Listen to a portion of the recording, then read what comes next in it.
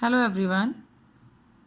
कल हम लोगों ने टॉपिक अपना डिस्कस किया था एसक्यूएल का कि जिसमें हम लोग अपनी कंप्लीट टेबल को देखते हैं, कंप्लीट टेबल के एलिमेंट्स को देखते हैं।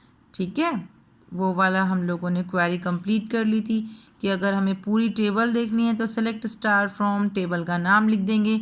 अगर एक पर्टिकुलर एलिमेंट देखना है, पर्टिकुलर कॉलम देखना है तो हम लोग सेलेक्ट स्टार और कॉलम का स्टार नहीं लगाएंगे, सेलेक्ट कॉलम का नेम लिखेंगे, फ्रॉम टेबल का नाम लिख देंगे। ठीक है, अब उसके बाद अपना नेक्स्ट टॉपिक जो आता है कॉलम एलाइज। कॉलम एलाइज का मीन्स होता है कि एक टेम्परेरी कॉलम का एक टेम्परेरी नेम बना देते हैं अपन।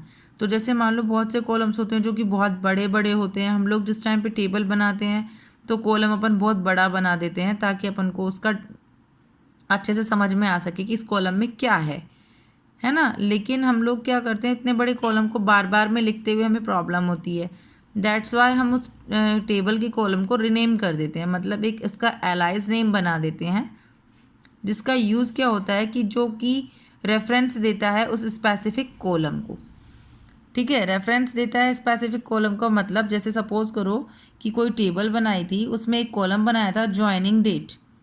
अब इतना बड़ा लिखने के लिए इंसान के पास टाइम तो होना ही चाहिए, तो हम लोगों ने क्या किया, ज्वाइनिंग डेट का एक एलाइज बना दिया जो है DOJ। देखो, ज्वाइनिंग डेट का एलाइज बना दिया हमने DOJ। तो अब हम क्या करेंगे, अब हमें जब भी ज्वाइनिंग डेट देखनी हो ना तो अपन DOJ कर देंगे, select DOJ as joining date from company. मतलब एज लगाने का मतलब कि जब अब हम DOJ डालें तो वो ज्वाइनिंग डेट की तरह कंसिडर किया जाए।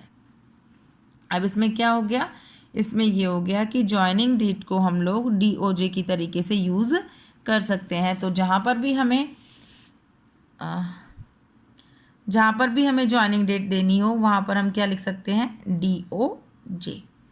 ठीक है, इसके बाद हम लोग बेसिकली एलाइज वाला यूज़ में आता नहीं है, अपने उसमें सिलेबस में है भी नहीं, बट फिर भी मैंने आपको एक बार से बता दिया है कि इसमें होता क्या है। नेक्स्ट अपन बात करते हैं putting text in the query output.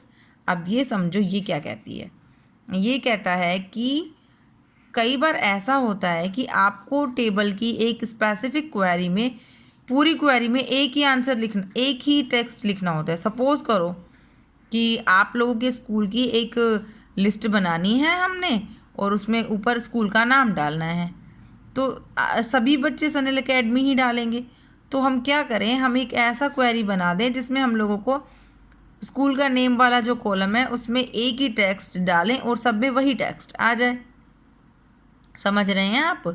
तो उसके लिए हम क्या करते हैं, putting text in the query output करते हैं। उसमें क्या होता है, उसमें ये होता है कि हम लोग एक क्वेरी बना देते हैं ऊपर, जो उसमें अपन लिखते हैं ना वही क्वेरी के अंदर, कंप्लीट क्वेरी के अंदर वही चलता है। देखिए, it is possible to display some comment in each row of the query output by using the select statement. You can do this by inserting items such as symbols or text in the query. हम किसी भी formation के symbol भी लगा सकते हैं। Suppose करो हमने एक कॉलम ऐड करना है जिसमें ईमेल आईडी बतानी है, तो उसमें सभी को रेफरेंस देना है स्कूल की मेल आईडी का, तो हम लोगों ने एक कॉलम ही बना देते हैं हम लोग, है ना। तो इसी तरीके से इसने क्या किया, एक डिपार्टमेंट नाम की टेबल बनाई और उस टेबल में एक कॉलम बनाना था उन्होंने इज़ इन डिपार्टमेंट, कि ये इस डिपार्टमेंट में है। तो अपन इस चीज़ को बार बार लिखेंगे, इससे अच्छा हमने क्या किया, इससे अच्छा हम लोगों ने किया कि हम लोग उसको एक डिपार्टमेंट की क्वेरी के अंदर एक हम ये बोल सकते हैं कि हम उसे एक टेक्स्ट की फॉर्मेशन में लिख सकते हैं। जैसे कि इसमें लिखा सेलेक्ट EMP नेम, लेकिन ये ध्यान रखना कि कोटेशन साइन लगे ऊपर, ये जो अपन इन्वर्टेड कोमा लगाते हैं ना, सिंगल कोट लगेगा, और हमने लिखा इज़ इन डिपार्टमेंट, क्योंकि अगर आप सिंगल कोट नहीं लगाएंगे तो वो उसको like as a data type consider करेगा, कॉलम और डेटा टाइप, जो कि ये है नहीं। इसके बाद हम लोगों ने लिखा EMP डिपार्टमेंट नंबर और फ्रॉम डाल दिया टेबल का नेम। तो इससे क्या होगा, ये देखो नीचे आउटपुट आपको दिखाई दे रहा है, इज़ इन डिपार्टमेंट नाम से पूरा कॉलम बन के आ जाएगा आपके सामने। आ रही है बात समझ में? 3 कॉलम बन गए, लेकिन इज़ इन डिपार्टमेंट की वैल्यू एज इट इज़ आएगी। तो इसका एक यूज़ क्या निकलेगा, इसका एक बेनिफिट इसका ये निकलेगा कि हमें इस कॉलम में वैल्यू डालनी ही नहीं पड़ेगी।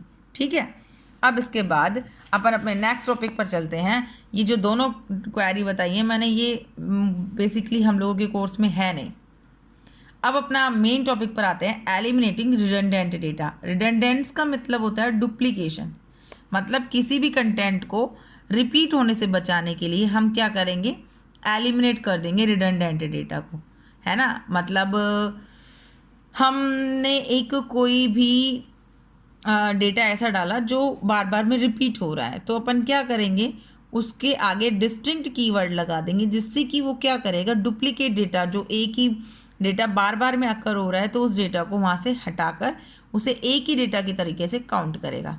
देखिए, when you are working with the SQL select statement you will be more than likely comes across duplication of the रोज।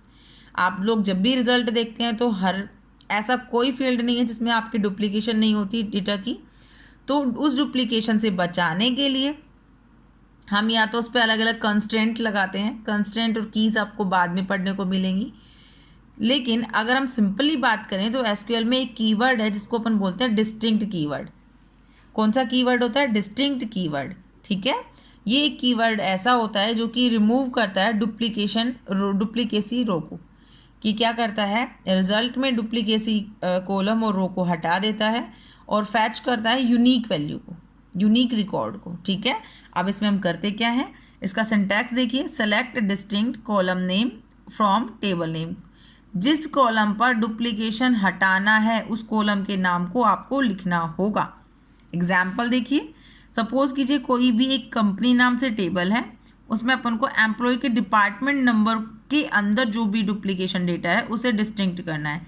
तो हम लोगों ने लिखा सेलेक्ट डिस्टिंक्ट EMP हाइपन, मतलब EMP डिपार्टमेंट नंबर, उसका एक कॉलम नेम है, उसको हम लोगों को डिस्टिंक्ट करना है। फ्रॉम अपन लोगों ने टेबल का नाम लिख दिया कंपनी। तो इससे क्या होगा, जो भी कोई डुप्लीकेसी है डेटा की वो यहाँ से रिमूव होकर आ जाएगी। अब देखो कैसे रिमूव होकर आएगी, वही है सेम टेबल।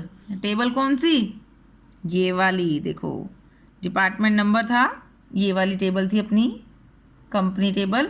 इसमें डिपार्टमेंट नंबर देखो बार बार में डुप्लीकेट होकर आ रहा है, D05, D03, D05, D02, D03, D01 and D03। ये डिपार्टमेंट नंबर आपको दिख रहा है, डुप्लीकेशन होकर आ रहा है इस डिपार्टमेंट नंबर का। जब हम लोगों ने डिस्टिंक्ट कीवर्ड लगा दिया तो देखो ये होकर आया। इसका मतलब क्या हुआ, D05 कितनी बार था, 1 एंड 2 टाइम्स, एक हटा दिया, एक ही यहाँ पर अकर हो रहा है। 03 3 टाइम्स था, जिसमें उसने 03 एक बार लिया है।